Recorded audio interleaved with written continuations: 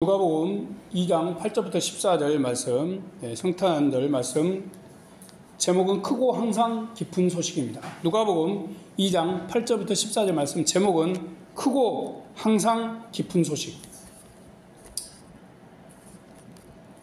좋은 소식은 사람들을 기쁘게 합니다. 누군가에게는 돈벼락 맞은 것, 혹은 바라던 걸 이룬 게 좋은 소식이 될 수 있겠지요. 그러나 이런 건 누구에게나 크고 좋은 소식은 아닙니다. 인류가 하늘을 날기 시작한 건 라이트 형제 덕분이죠.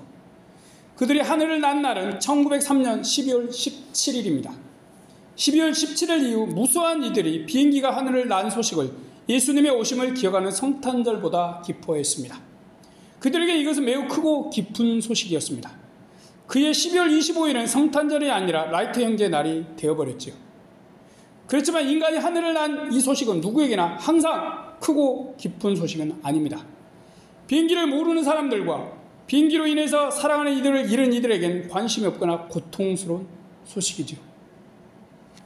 하지만 예수님이 오신다는 소식은 천사들의 이야기처럼 온 백성에게 미칠 참으로 큰 기쁨의 좋은 소식입니다.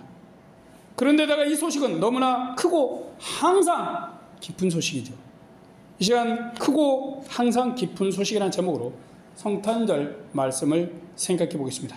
이 성탄에 우리를 향하신 하나님의 귀한 사랑으로 구주를 보내주신 우리 하나님의 은혜와 우리 주님이 주시는 기쁨과 행복이 함께하길 바랍니다. 목자들이 오래전 어느 밤에 들판에서 양떼를 지키는데 천사가 나타났습니다. 8절 9절입니다. 그 지경에 목자들이 밖에서 밤에 자기 양떼를 지키더니 주의 사자가 곁에 서고 주의 영광이 저희를 두루 비침에 크게 무서워하는지라. 밤에 양떼를 지키고 있던 목자들 앞에 갑자기 천사가 나타났어요. 사실은 어느 때부터인가 천사도 선지자도 나타난 적이 없었습니다. 그렇게 어두컴컴한 그런 세계가 계속되고 있었어요. 그런데 갑자기 천사가 어느 날 나타난 것입니다. 그런데 갑자기 천사가 선지자도 아닌 평범한 목자들 앞에 나타났습니다. 그들이 얼마나 놀랐을까요? 이 천사는 두려워하는 목자들에게 하나님의 메시지를 전하기에 나타났습니다. 10절 11절입니다. 천사가 이르되 무서워 말라. 보라, 내가 온 백성에 미칠 큰 기쁨의 좋은 소식을 너에게 전하노라. 오늘날 다윗의 동네에 너희를 위하여 구주가 나셨으니 곧 그리스도 주시니라. 하나님의 메시지를 가지고 온 천사가 전한 소식은 온 백성이라 불리는 세상 모든 사람들에게 최고의 가장 깊은 소식이 있다는 것입니다. 그것은 바로 다윗의 동네라 불리는 베들레헴에 사람들을 구원할 구주가 나셨다는 소식이죠. 다윗은 베들레헴에서 태어났죠. 구주는 그리스도이십니다. 그런데 이분은 세상을 죄와 사망에서 구하러 오시는 귀한 분입니다. 그러기에 모든 사람에게 최고의 깊은 소식인 것이죠. 사망을 이기는 영생보다 귀한 게 어디 있을까요? 죄의 지옥을 해결해 주시고 영원한 기쁨을 주시는 것보다 값진 게 어디 있을까요? 사람들이 자신들은 죽을 수밖에 없고 영원히 멸망할 수밖에 없음을 안다면 구주의 오심은 최고의 깊은 소식일 것입니다. 라이트 형제가 비행기로 하늘을 난 건 비교도 되지 않겠지요.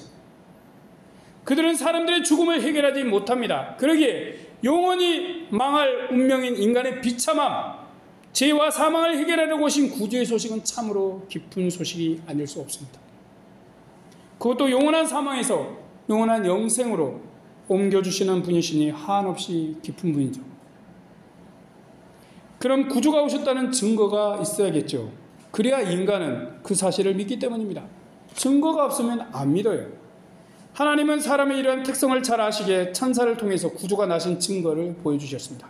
12절입니다. 너희가 가서 강보에 쌓여 구유에 누인 아기를 보리니 이것이 너희에게 표적이니라 하더니, 하나님이 보내신 천사는 너희가 가서 강보에 쌓여서 말 구유 같은 데 누워있는 한 아기를 볼 것이라 라고 말했습니다. 구주가 오셨다고 하는데 뭐예요? 한없이 약하고 연약한 아기가 왔습니다. 한 대 때리면 그냥 죽을 아기가 왔어요. 그런데 이 아기가 바로 구주라고 하십니다. 그리스도 나심의 증거라고 해요. 얼마나 놀랍고 때로는 어이가 없습니까? 무슨 구주가 애기예요. 걸어도 다니지 못하는 애기. 아마 목자들은 도대체 아기가 무엇을 할 수 있지? 라고 생각했을 것입니다. 그런데 그들의 이런 생각에는 놀라운 일이 일어났습니다. 13절 14절입니다. 호련히 허다한 천군이 그 천사와 함께 있어 하나님을 찬송하여 가로되 지극히 높은 곳에서는 하나님께 영광이요 땅에서는 기뻐하심이 입은 사람들 중에 평화로도 하니라. 천사 하나도 놀라 자빠질 판이죠. 그런데 어때요? 순식간에 엄청난 천사들의 군대가 하늘에 나타났습니다. 어마어마한 군대가 나타난 거예요. 갑자기. 그것도 목자들이면 신분이 매우 낮은 자들이에요. 당시 나타났습니다. 앞에 천사와 함께 그 온 천사들이 하나님을 찬양한 놀라운 장관을 보았어요. 엄청나게. 평생 보지 못할 것을. 그들은 아기만 보고서는 구세주 오심을 믿기가 쉽지 않았어요. 그렇지만 천사들의 군대와 하나님을 찬양할 그 영광스럽고 놀라운 표적을 보고는 앞에 천사의 증거를 믿을 수밖에 없었습니다. 이제 목자들은 이것을 절대적으로 믿고 베들레헴 다윗의 동네에 가서 아기를 찾았어요. 그리고 자신들과 온 세상 사람들을 위해서 아기로 오신 구주께 경배하였고 이 소식을 아기 엄마 마리아에게도 전해주었습니다. 목자들은 자신들을 위해서 오신 구주를 뵙게 되었습니다. 그들을 구원케 위해서 다윗의 동네에 오신 구세주를 믿게 되었지요. 자신들의 구원도 그분께 맡겼습니다. 그 연약한 아기에게 말입니다. 이분이 선지자들이 전한 자신들의 죄와 사망을 해결하실 그 구주 그리스도이심을 믿게 된 것입니다. 그들에겐 이보다 더 기쁘고 좋은 소식이 없었습니다. 양을 아무리 많이 쳐도 돈을 벌기도 쉽지 않았습니다. 또 그들은 평생 힘들게 살면서 고생하다가 죽을 운명이었습니다. 양떼가 자기 것이 아닙니다. 그냥 돈 받고 양을 치는 자들이에요. 시간이 지나면 그들은 자신의 조상들처럼 아담의 죄로 인해서 죽어야 했습니다. 그리고 이 죽음을 해결할 사람은 이 땅에는 아무도 없었어요. 더욱이 죄의 삭스로 영원한 형벌까지 받아야 할 처지였습니다. 이 땅의 삶도 힘들고 고통스러운데 죽어서도 고통당한다는 이 얼마나 끔찍한가요? 그것도 영원한 고통을 말이에요. 그런데 이런 모든 죄와 고통과 사망의 문제를 해결해 주실 분이 오신 것입니다. 이보다 이들에게 더 좋은 소식, 더 기쁘고 반가운 소식이 어디 있겠습니까? 이것이야말로 천사가 말했듯이 목자들을 포함한 모든 나라와 민족들에게 가장 기쁘고 좋은 소식입니다. 죄와 사망에서 구원을 해주시는 것뿐만 아니라 영생과 영원한 나라까지 주시는 건 최고의 소식이고 항상 기쁜 소식일 것이기 때문입니다. 소식은 사람의 안부나 일의 형세 등을 알리는 것입니다. 어릴 때는 우체부 아저씨가 반가운 사람이었죠. 혹 우체부가 오는 날은 무슨 좋은 소식이라도 가지고 오나 하는 기대가 굉장히 컸습니다. 특히 성탄절 등이 오면 성탄 카드가 나이가 오나 하는 엉뚱한 생각으로 설레기도 했습니다. 지금은 성탄절 카드가 우습지만 그 당시에는 성탄절 카드 하면 너무나 설레는 것, 너무나 반갑고 좋은 선물이었어요. 그까지 종이 그 기록이 말이에요. 물론 대부분 꽝이었지만 그래도 기다리는 건 항상 좋았습니다. 이처럼 우리에게 좋은 소식을 기다리는 건 참 기쁘고 행복한 일입니다. 전에는 사람들이 연애 편지 쓰느라 시간 가는 줄 모른 적도 있었습니다. 상대방이 자신의 편지를 받고 기뻐할 걸 생각하니 너무 기쁘고 또 편지를 쓰는 동안 설레었던 것이죠. 이렇게 좋은 소식은 우리를 기쁘게 하고 들뜨게 합니다. 기대감은 가슴을 부풀어 오르고 행복을 미리 맛보게 합니다. 옛날 만화를 보면 주인공이 편지를 기다리다가 고대하는 편지를 받고 참으로 기뻐하며 뛰다시피 하는 걸 보았습니다. 이것이 기쁜 소식을 기다리는 사람들의 태도고 마음입니다. 10월쯤 되면 수험생들은 목표한 대학에 합격하길 기다립니다. 기대 반 걱정 반으로 합격 발표만 생각하죠. 그러다 합격했다는 소식을 들으면 가족이 모두 얼싸안고 뜁니다. 이때는 세상의 모든 걸 가진 것 같고 아무도 부러울 것 같지 않습니다. 또 취업하려고 원하는 회사의 이력서와 자기소개서를 넣고 면접까지 본 후에는 마음이 콩알만해져 기다립니다. 그러다가 합격했다는 소식을 받았을 때 정말 가슴과 마음이 풍선처럼 부풉니다. 이제는 행복할 것이다. 이제는 모든 게 잘 될 것이다. 라고 생각합니다. 우리 이런 경험을 한 번쯤 해보았을 것입니다. 그리고 앞으로도 해보겠죠. 그럴 때는 이제 무언가 행복한 일만 생길 것 같습니다. 참으로 말입니다. 그러나 대학 합격의 기쁨도 취업의 행복도 오래가지 못합니다. 과제와 바쁜 학사 일정에 몸과 마음이 지칩니다. 취업하니 일이 너무 힘들고 선배나 상사가 쪼아대서 갑질해가지고 못 살 것 같습니다. 항상 행복하고 좋은 소식일 것만 같았던 대학 합격 소식과 취업의 소식은 늘 기쁘고 행복한 좋은 소식은 아닌 것이죠. 하지만 우리 모두에게 늘 좋은 소식이 있습니다.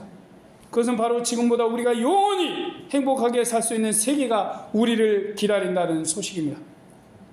그리고 그런 영원하고 깊은 천국을 우리에게 주러 오신 분이 계심을 아는 것입니다. 본래 사람은 죄지어서 영원히 죽을 수밖에 없었습니다. 이래서 이 땅에 사람의 희망이 전부는 이 땅 전부였어요. 이 세상에서 누리고 살면 그만이었습니다. 이유는 어떻게 되는지 관심도 없고 알 수도 없었죠.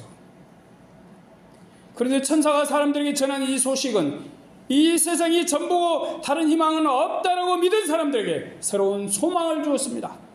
그냥 한탕주의로 살자는 태도와 생각을 바꾸게 했던 것이죠. 이 소식이 없다면 그냥 먹고 마시고 한탕주의로 살면 됩니다.